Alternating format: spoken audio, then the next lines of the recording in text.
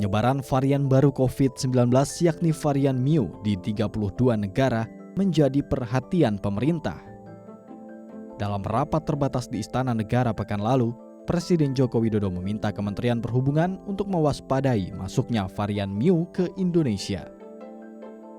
Presiden juga meminta seluruh jajarannya untuk merumuskan upaya pencegahan masuknya varian Mu agar masyarakat tetap terlindungi.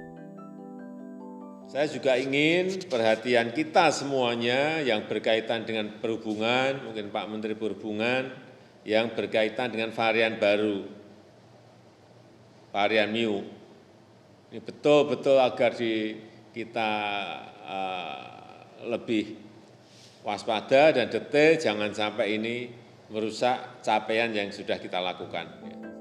Merespons hal tersebut, Kementerian Perhubungan mengeluarkan pernyataan tertulis yang menyebut akan mengendalikan simpul-simpul transportasi internasional dengan melakukan penyesuaian regulasi perjalanan internasional dan memperketat kebijakan karantina. Sebelumnya, ketentuan penerbangan internasional telah ditetapkan dalam Surat Edaran Menteri Perhubungan nomor SE 63 tahun 2021 yang berlaku sejak 11 Agustus 2021.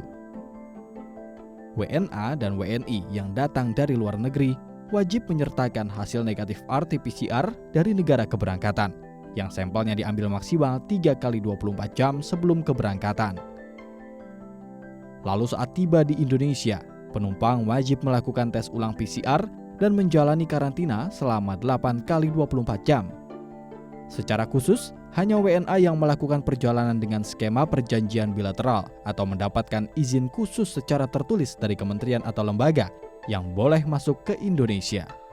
WNA yang datang ke Indonesia pun wajib menunjukkan vaksinasi dosis lengkap. Jika belum melakukan vaksinasi COVID-19, setibanya di Indonesia, WNA akan divaksin di tempat karantina. Sementara itu, Kementerian Kesehatan memastikan varian baru virus corona asal Kolombia tersebut belum terdeteksi di Indonesia. Kementerian Kesehatan terus mengawasi penyebaran varian virus ini dengan menggunakan pemeriksaan whole genome sequencing yang mayoritas sampelnya diambil dari WNA dan WNI yang tiba dari luar negeri. Semakin banyak kasus ini berkembang dan semakin lama pandemi ini berlangsung, maka virus itu akan melakukan modifikasi dan melakukan mutasi. Salah satu mutasi selain varian Delta yang baru saja kita alami, sekarang sudah ada varian Mu. Varian Mu ini terjadi di Kolombia, tetapi kelihatannya berdasarkan yang concern pada varian Mu ini adalah bahwa varian Mu ini secara laboratorium itu mempunyai resistensi terhadap kondisi vaksin. Karena itu perlu diperlukan, tapi dalam konteks laboratorium, tidak dalam konteks epidemiologis. Tetapi penyebarannya tidak sehebat penularan dari varian Delta. Di beberapa tempat di sekitar kita, varian Mu ini belum terdapat. Kita sudah melakukan genome sequencing terhadap 7.000-an orang di seluruh Indonesia dan belum terdeteksi varian Mu. Mudah-mudahan varian Mu ini akan abortif, seperti juga varian Lambda beberapa waktu yang lalu di Peru. Mutasi virus corona dengan nama ilmiah B.1.621 tersebut ditemukan pertama kali di Kolombia pada Januari 2021. Lalu WHO menetapkan varian Mu sebagai variant of interest pada 30 Agustus 2021. Mutasi virus corona tersebut diketahui telah menyebar di beberapa wilayah Amerika dan Eropa.